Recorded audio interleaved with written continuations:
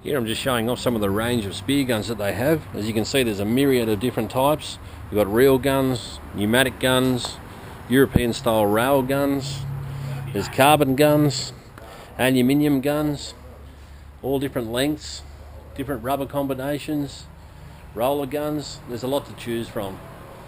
So when you're looking for a gun, you want to think about what you're going to use your gun for and what the best application will be.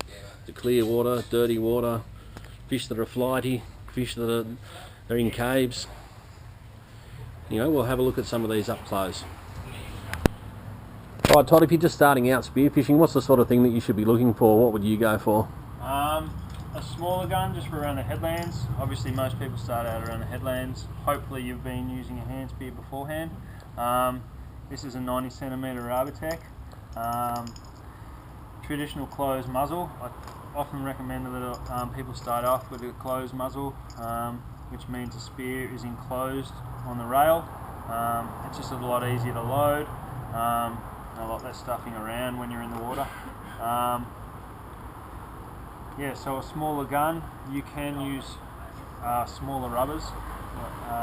So a smaller rubber makes it easier to load? To load, yep. So especially for those smaller fellas. This is a single 18mm rubber, so you could use a 16mm or even a 14mm rubber. Yeah. So if you still wanted to power that gun up, you could use twin 14mm rubbers on it. Yep, and get a lot of power without having to without making it difficult to load. Yeah, that'd be perfect for around the headlands, twin 14. If you load your gun up with too much power, it will warp the spear off course when you're shooting it. Yeah, the spear will go crazy. I think we've all done that. Yep. So Todd, you just want to show us, without actually loading the gun, how you load the gun in the water, what sort of move you go through to get that, put it up on your chest, and how you do it. Okay, so I grab the rubber. Grab the rubber, yep. These smaller ones are easier. Obviously the longer the gun, the more you have to push. Yep. Push the gun. Okay, so now you've got the butt up on your chest. Yep. Yep. Two hands on the Second rubber. hand comes up to the rubber. Yep. And you pull back. Yep. So that looks pretty easy. So it's more about technique than strength, would you agree, when it comes to loading a gun? It's kind of like if anybody's done archery before, it's all in the technique. Very good. Well, thanks for that, Todd. Beer fishing, what sort of gun have you got there, Todd? That's really Tygon. Tell us a little bit about this gun, what you'd use it for. Put me on the spot here. So this is a 140, a bit longer, for your blue water gear. It's the offshore model, so you got the single 18mm band and the 7mm shaft. The good thing about the Trelli Tygons is that they have a pin. You can change your muzzle very easily.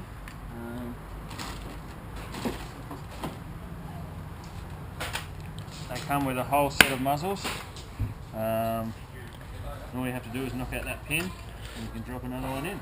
So what does that mean? You can use different rubber combinations, or you can use different size rubbers? What does that allow you to do? No, all you're taking out is the top section. The rubbers, you can use any size rubber that you'd like. It's got two holes there, so you can use the two bands. But it just allows you to change from a open muzzle to a semi-open muzzle to a semi-closed muzzle into a traditional wing muzzle.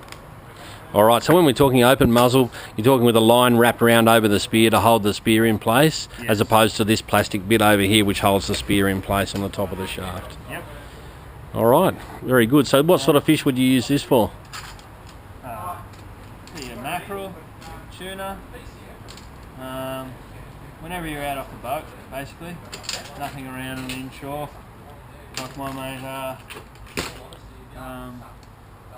James Sacker uses them.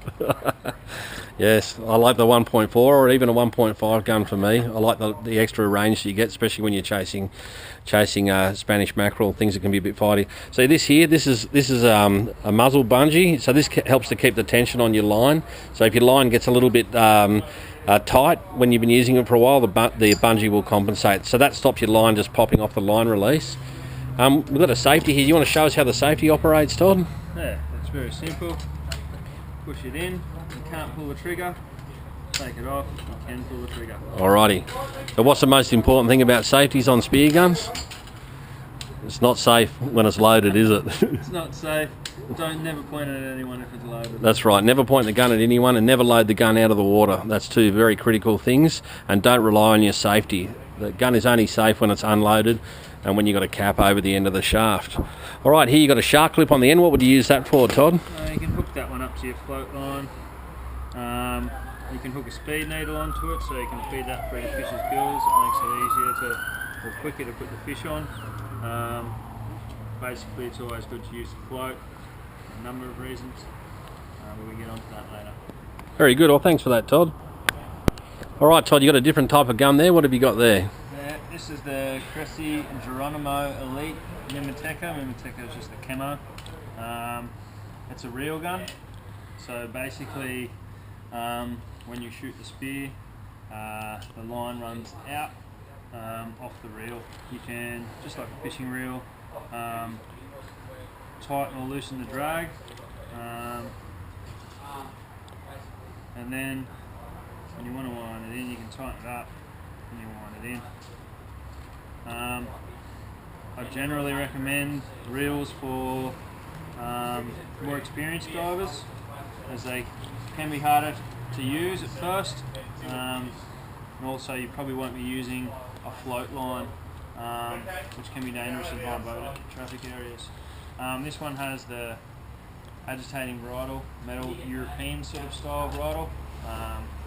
Some people think they're a bit bulkier, other people love them. I personally prefer the Dyneema ones. Single 18mm rubber. It has an elliptical barrel, as you can see by the shape of the barrel, which is meant to help you traversing the gun through the water. It has an open muzzle, where you can pull the mono over to hold the spear against the barrel, and it also allows you to sight the fish down the barrel if you prefer to do it that way. Good light gun, just for around the headlands basically. Yeah, so is that a carbon barrel? No, it's an aluminium barrel. Aluminium barrel, right, okay. And what's some of the dangers with using a reel gun? Basically having a lot of line free, you can get tangled up. Yep. So tangled up by a fish and maybe held underwater. Held underwater. If your reel jams, it can take your gun. And obviously you probably won't be using a float line, so guns won't be people and boats won't be able to see you as well. All right, so not really recommended unless you're around the headlands, as you're very hard to see out in the water. You can get hit by jet skis, boats, and hard for the boatie to pick you back up, hard to see you in the water. But useful for around the headlands where you don't want to have a float tangling up on the rocks. It does allow a good freedom of movement. You're not towing something along behind you. So Todd, I see you've got an Edge gun there. That's my personal choice of Speargun. Give us a bit of a rundown on this. Yeah, this is Tony Hughes' gun, Edge Australia. Kind of got a cult following. You can choose which handle you want to get. Most common one is the Century Picasso handle. Great mech, hardly have any problems with them throughout their time. They've been around for a long time. Still at standard safety. But the difference with Edge guns is they have a heavier barrel, which reduces recoil when firing, and also they have this unique muzzle.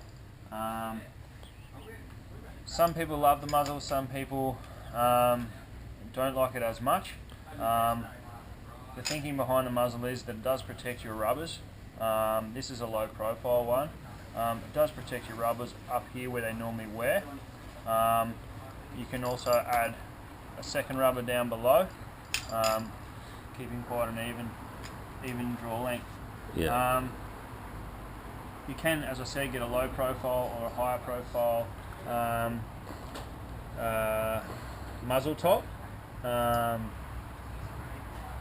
depending on which spear type you like to use, whether it's shark fin or... Yep, that looks like a 7mm shaft to me. Yep, 7mm shaft. Yep.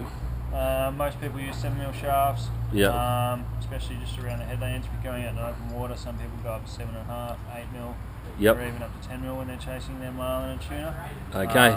Tell us a little bit about the overhang of the spear and how that affects your aiming. Okay, so the 400mm overhang is standard. Some people prefer a longer overhang. Yeah, I use a 500mm overhang myself. Yeah. Why would you use that? Just because it's what I've got used to. I like to maintain the same overhang on all my guns because it's probably the most critical thing I think for aiming, to have a standard overhang, whatever you decide to use. Yeah. Some people prefer a 300mm overhang. It's each their own, but I recommend starting off with a 400mm. Very good.